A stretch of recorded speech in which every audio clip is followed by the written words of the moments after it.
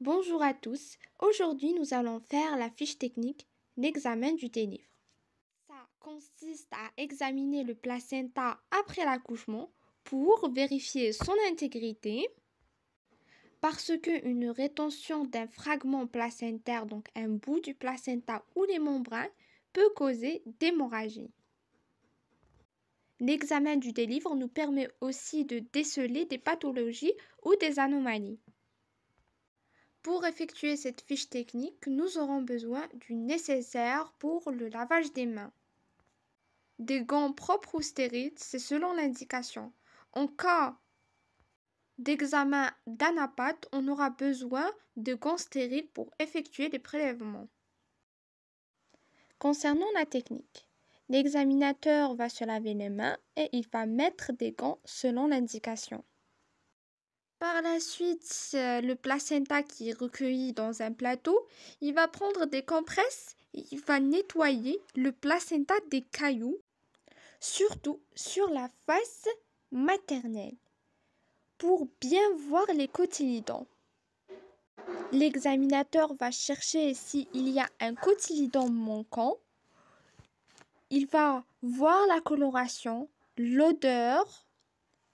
Il va voir s'il y a des ruptures des sinus marginaux, des signes d'un HRP ou un infarctus. Par la suite, il va examiner les membranes en les dépliant. Les membranes doivent être avasculaires, translucides, transparentes et complètes. Là, on va voir si elles sont pas rompues, si elles sont pas fragiles, cassables, friables, qui peuvent être signes d'infection. Et on va voir s'il y a de présence de vaisseaux sur les membranes. Par la suite, on va examiner la face fœtale. S'il n'y a pas de taches grises ou blanchâtres, ça peut être de dépôts fibrineux, des amnios nodosomes, des kystes. Puis, on va voir l'insertion du cordon, si elle est centrale, marginale ou carrément sur les membranes. Puis, on va mesurer la longueur du cordon qui doit être entre 50 et 70 cm.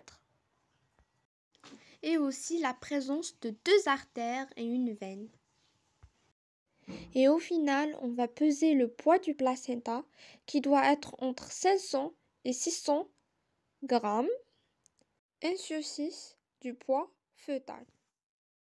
Merci pour votre attention.